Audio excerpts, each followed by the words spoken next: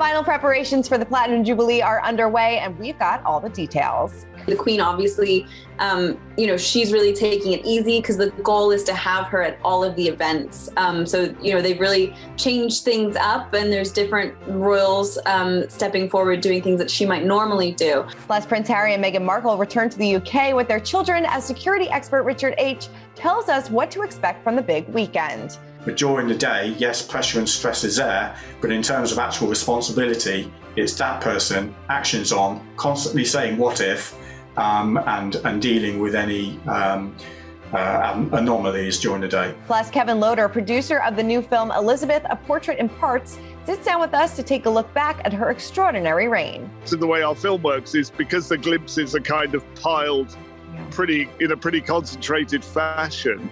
You do, by the end, I hope, get some sort of insight into the kind of person she is. We've got that plus so much more in today's Royally Us. Hello to our fellow royal lovers and welcome to Royally Us. I'm Christina, that's Christine, and we are about to embark on Jubilee weekend. We've been talking about it for months and it is finally almost here. I know, it's so exciting. It's just palpable in the UK right now. Everyone has up their bunting. Everywhere you go, you can buy a commemorative mug or cupcake or something like that. It is so exciting over here. Oh my God, I'm not there, but I can feel the energy through the screen. I love it. Right. We're going to break it all down, what to expect, what events are going to be taking place. But before we get to all that, we wanted to see what you guys had to say about last week's show.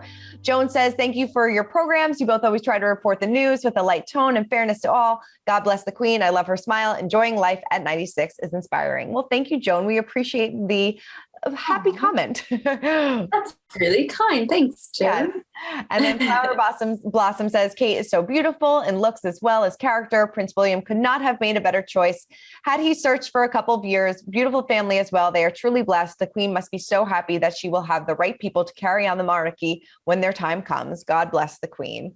Yeah, like we've been talking about for, the past few weeks, the two of them have really stepped up with the Queen, picking and choosing what events she wants to attend. And they've really stepped up.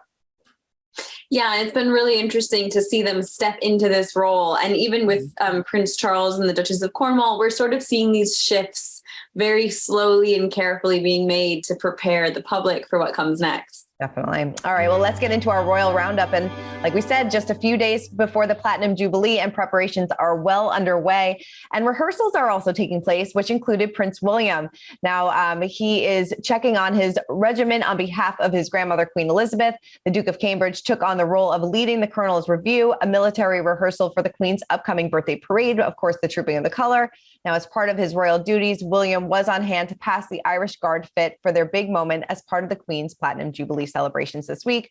William and Kate also kicked off the festivities by tweeting, "It's the start of a special week full of celebrations. Oh, and did you see that hashtag Platinum Jubilee now has its own emoji?" Sharing one of the several hashtags that make crown-wearing corgi, appropriately named PJ, appear on the social media site. I love that. Now, this is a big deal that William is rehearsing because he is now taking the salute, correct? Yes. Yeah. So it's a big role for him. But again, it's just these little shifts we're seeing in the monarchy. The Queen, obviously, she's really taking it easy because the goal is to have her at all of the events. They've really changed things up, and there's different royals stepping forward, doing things that she might normally do. So William was there for the dress rehearsal, if you will, because that's what he'll be doing on the day. So it's all getting so exciting. I mean, everything from like the new emojis, like the corgi emoji is so cute. But even seeing like all the, down in London, it's amazing how much preparation is underway. You can't see Buckingham Palace for all the scaffolding that's up for, getting ready for the press and the concert. And it's just unbelievably exciting. It's so exciting. And like we said, the Trooping the Colour kicks off the weekend events, which will be filled with parades, church services, horse races, and so much more. So let's kind of break down this schedule of events. Like we said, it kicks off on June 2nd with the Trooping of the Colour, but there's a lot going on. And if you are in central London, plan ahead. I've been telling my friends, I'm like, plan and plan again, and then double check because they're closing roads all over the place. So yeah, Thursday kicks off the events of Trooping the Color in the morning, which is an annual event, but I think this year is extra, extra special. Following Trooping the Color, there is a balcony appearance, which which has been discussed at length. And it looks like we'll really just see the Queen, Prince Charles and the Duchess of Cornwall, and the Duke and Duchess of Cambridge and their children. It'll really be only the working members of the royal family. And then I think we'll see an opportunity to see just the heirs. So that I think is really exciting. And it's hard to wrap our heads around, but that's going to be a historic moment. That's a photo that's going to end up in the history book. So that'll be so cool. Friday is the service of Thanksgiving at St. Paul's Cathedral, which I think will be really emotional for lots and lots of reasons. The Queen is very religious, but also because the Archbishop of Canterbury has come down with COVID and can't be there to perform the service. So I'm sure that was terrible news. The Queen, being very religious, being very close to the Archbishop of Canterbury. I think that, that was probably disappointing for her on such a big day. And then following that, I think there's a luncheon at the Guildhall, a Guildhall reception after that, where we might see some members of the royal family pop up. And then Saturday is Derby Day, which I know we talked about the Epsom Derby a few weeks ago. So the Queen will be in attendance because she loves her horses.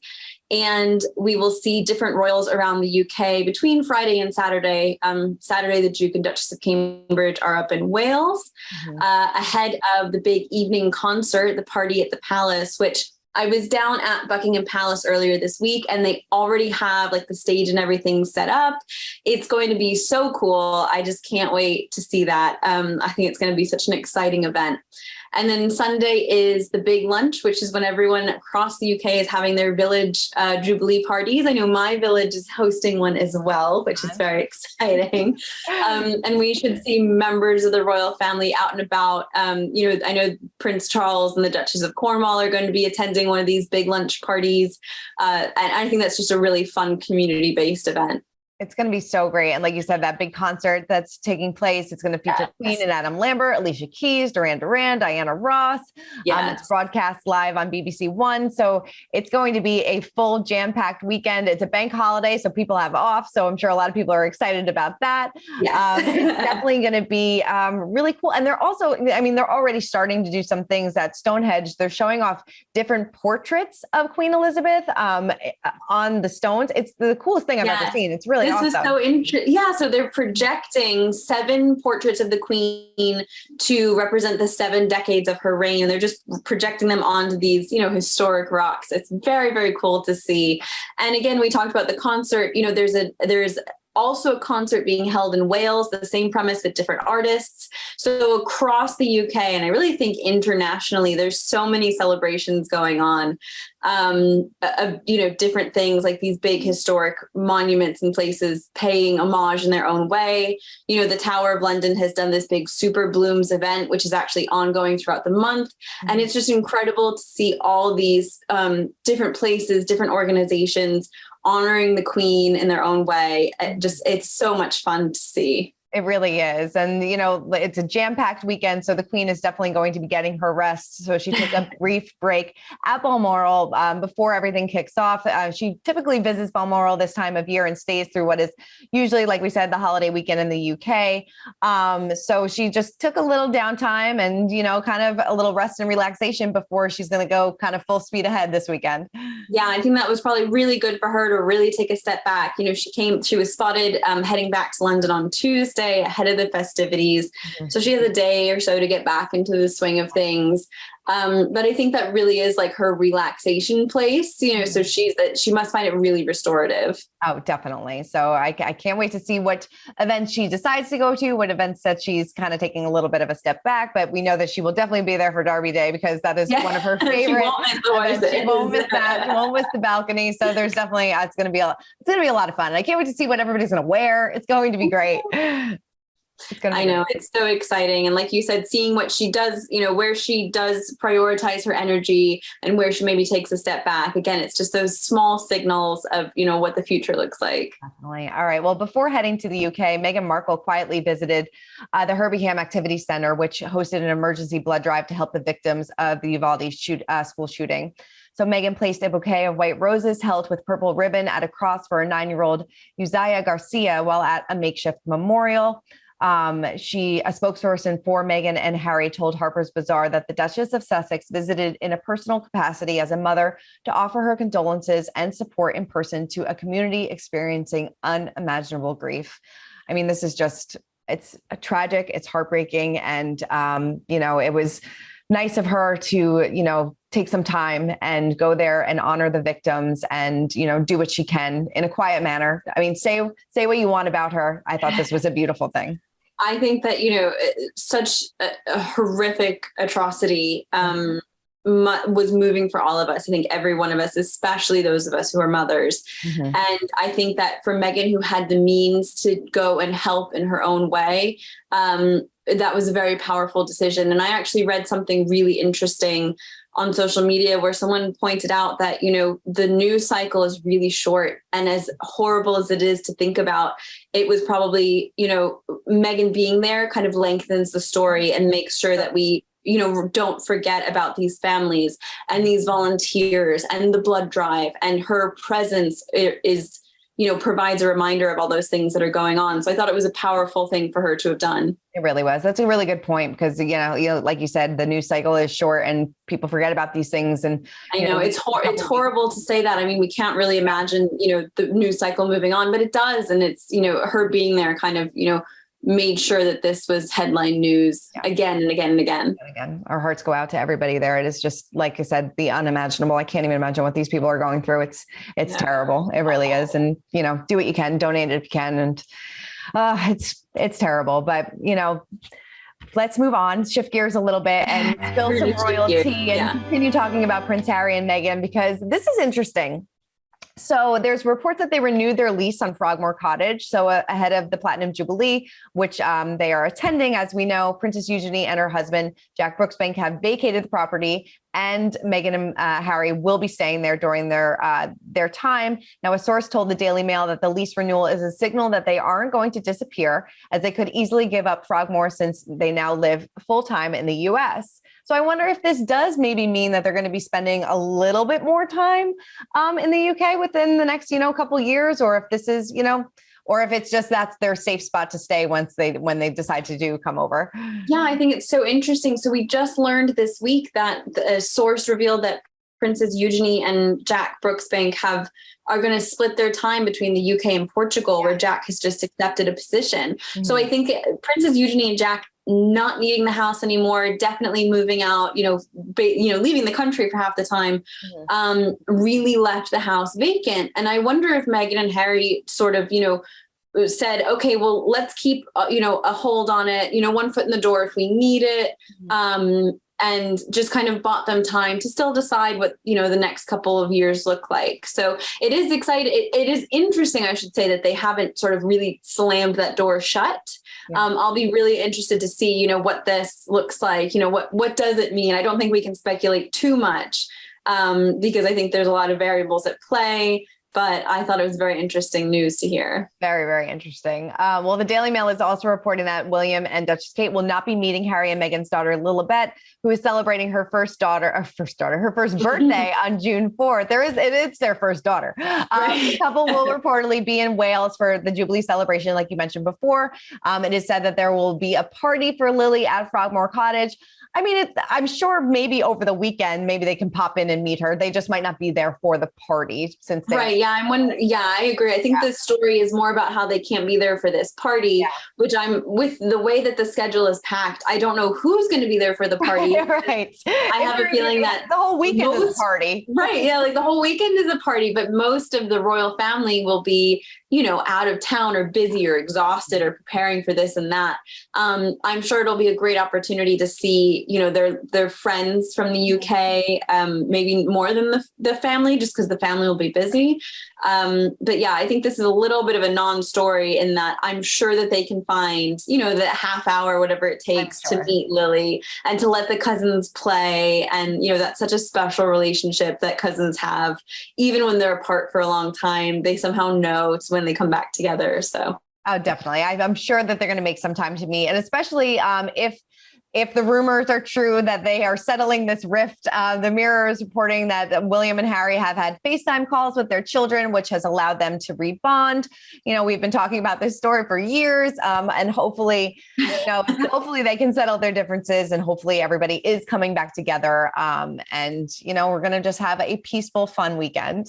Yeah. Again, I think that relationship between cousins is really interesting. Now that Archie is older, Archie and Louis are only about a year apart, so they can kind of chit chat and play and interact, and that would go a long way to healing a rift when your kids love each other like that. Oh, definitely. All right, well, now it is time to break down the royal rules, and security will certainly be on high alert during this Jubilee weekend, with thousands and thousands of people wanting to catch a glimpse and wanting to get in on the action. So we recently sat down with Richard H., who is the director of operations for Mobius International Security, who told us what goes into preparing such a massive event. Take a look. What kind of goes into preparing a security for a massive event like that? And how long in advance does planning occur? Major royal functions take a considerable amount of planning. Mm-hmm. It's not just the days of the event where all the work goes in. Nearly all of the work is done in the planning and preparation for it. There's a huge amount using so many diverse agencies that the basis of which is to provide that most secure situation possible, so that the protection officers on the ground do not have to worry or concern about aspects of it, because they've already been catered for and there's other people overseeing it.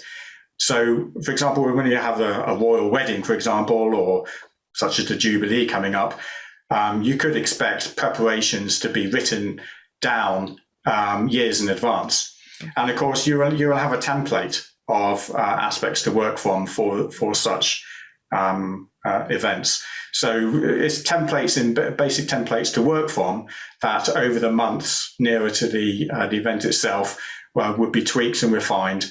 Many meetings, many discussions, and much amount of manpower involved as well. So for a royal event, you can expect intelligence flows from the security agencies, Protection Command, Counter-Terrorism Command, Special Forces, covert operators within the crowd, and all of these security counter-terrorism services going on in the background, when what you have as a protection officer on the ground is a sole concern for that individual and his immediate space. So the uniform presence deals with an outer cordon as such. If there are any crowds nearby, is catered for. And the protection officer only has to deal with his principal in the immediate vicinity of them. So they would react to anything they see and anything they hear. So everything is pretty much done for them when you're actually concerned about a protection officer and the overwhelming amount of work he needs to do and the pressure and stress that he is under.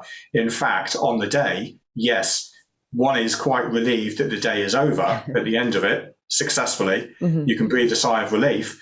But during the day, yes, pressure and stress is there. But in terms of actual responsibility, it's that person, actions on, constantly saying what if, and dealing with any anomalies during the day. Yeah, certainly no easy feat. I'm sure, like we said, security is going to be on high alert, and they're going to be doing their best to protect everybody.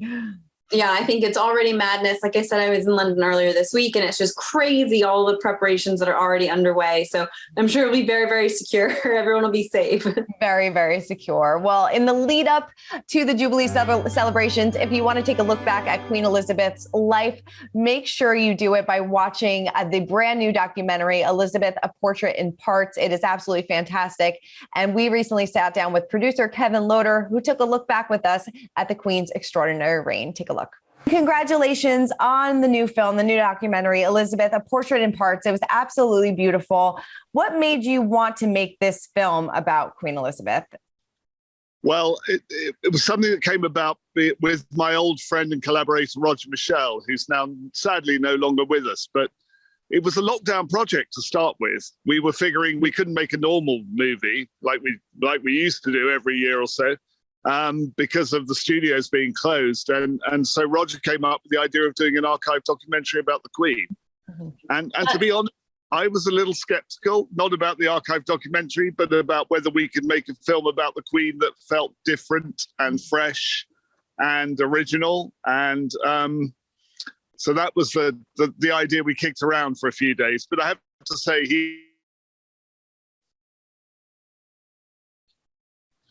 I hope we achieved our aim anyway. You definitely did. Yes, I thought it was so interesting and such a unique way to present all the information. Was there any really interesting footage, or what was the most interesting, footage that you were able to pull from the archives? Well, it's so hard to say because, there's over 90 years of it, isn't there? I mean, the oldest piece of footage in that film is 90 years old. And I don't know, I think sometimes it was the surprising things that you hadn't seen before, like the visit to Germany, the visit to Dresden. I'd never seen that footage before. I love all the horse racing stuff, and we know here in England that the Queen loves her horses, but, seeing her at the races and just being able to put together that sequence of her over the years going horse racing was a real thrill. And it still makes me smile every time I see it, that sequence. I totally agree with you. When she's running back and forth from inside to outside, I love that. And like when I haven't worn binoculars in so long. I feel like that's where you see her most, like what I would imagine is herself behind closed doors and, having those carefree moments. Did you feel that as well? I think so. It's so hard, isn't it? Because she is the most public and famous woman in the world in many, many ways. And yet, she's managed to maintain this extreme privacy behind closed doors. And we only get these glimpses. I mean, I think part of the way our film works is because the glimpses are kind of piled in a pretty concentrated fashion. You do, by the end, I hope, get some sort of insight into the kind of person she is. Mm-hmm. And I think what really does come across is her sense of humor. I really come away from it feeling she's got a wonderfully wry sense of humor. And clearly she has to use that to cope with some of the rather tedious things she has to do in her official position. So, in his notes, Roger said that the Queen is fiction, but she lives. Is that how you wanted to show a different side of her, but also have that mysteriousness as well? Well, I think that's the thing. She is an enigma, isn't she? And yet she's among us. I mean, without wanting to sound quasi-religious about it. But, I mean, it is an extraordinary thing that she's both something that's, very, very familiar and yet very, very unknown. And I suppose that's sort of what the film wants to investigate a bit as well. Mm-hmm. The idea that she is the Sphinx. She is the Mona Lisa. She's this icon, and yet, what do we really know? Yeah. Apart from the fact she works really hard and has done this job so brilliantly for 70 years. You kind of, you use movies and clips and, other, history making events to kind of tell the story as well. But you also use the Windsor fire as the backdrop for a lot of like the latest royal scandals, Prince Andrew, Harry and Meghan. Mm-hmm. Why did you decide to use that as the backdrop to tell those stories? Well, the film's not really, its focus is not on the missteps of the children or the crises that the monarchy has faced as its principal focus. But obviously you had to reference those things, and you have to remind everyone that part of what the Queen has had to deal with over these years, both as the head of state and as the head of the family, is some of those problems. Mm-hmm. So we thought actually, taking our lead from the Queen's famous speech about the Annus Horribilis, that we would just put it all in a section and use the Windsor fire, the terrible tragedy of the Windsor Castle fire, to kind of just stand really for those people who would like to see the monarchy torn down and think it's an anachronism and think it's, out of time, which is it's a view that I think has been largely suppressed in this country because the Queen has done so brilliantly in her job. But who knows? There are people who think the monarchy is a ridiculous institution for the modern age, and maybe after she's no longer among us, those voices will get louder. Yeah. But now I have to tell you, I'm standing in the middle of England, and it's about to be Jubilee fever. So there's a lot of royal flag waving coming up over the next few days. Definitely. We love a party, I think. What do you hope the viewers take away from this film? Because it's so different from, all the Elizabeth documentaries that are coming out. So what do you hope that, people take away from this one? I hope they get a little glimpse into who she is. I think you can't help but come away feeling a sort of warmth and affection and a huge admiration for her. And I hope, actually, that it sort of communicates something of the swirl of the time. Very long time. And partly the fact that she has made no effort to change very much in the middle of this swirl of history allows you to kind of reflect, really, on how much has changed in her 70 years, as Queen. Yeah. Some of the early footage feels like it's, it is from a different century, but it feels like even more remote than that, feels like a different era. It feels like it connects us back to the beginning of the 20th century almost. And here she is still among us, doing what she does. Yes, it is such a great film. And like we said, it is in cinemas right now, and it is streaming on Prime Video starting June 1st. So take a look if you can. Yeah, that one was really, really interesting, really different from some of the other ones that have come out lately. So I really enjoyed it. I did too. It was great. All right. Well, now it is time to check in our pint-sized palace. And of course, this is going to be a big weekend for the kids as well. George, Charlotte, and Louis are going to have a very visible role and will join the Duchess of Cambridge at the Tower of London Moat for the Super Bloom Flower Show. Like you said, they're probably going to be on the balcony for this balcony photo op. I think it's going to be a big weekend for them too. I think so. I mean, I'm so excited to see them. It's so wonderful just to see that next generation and, to see them all as a family unit, I think is really beautiful. But you and I have children around Louis' age, and I am very interested to see how this plays out. If he's anything like how Charlotte was back in the day, we're going to maybe get some tongue sticking out photos, things like that. Right? Yes. I live for it. But it shows that the royal kids, just like our kids. Just like ours. I love it. Well, I'm so excited for this upcoming Platinum Jubilee. It is going to be a fantastic weekend. And of course, next week, we are going to break it all down, the events, the fashion, and everything in between. And it's going to be great. Christine, thank you so much. I can't wait. Yes, thank you so much. Next week's going to be so much fun. There's going to be so much to talk about. So much to talk about. And we appreciate your comments and your subscription. So please keep them coming, and we will break it all down next week. Thanks, guys. Hey everyone, I'm Christina Garibaldi, the host of Us Weekly Celebrity Coverage. Don't forget to hit subscribe for the latest celebrity news, tips, and video. And for much more content, make sure you head on over to usmagazine.com, the official home of Us Weekly Magazine.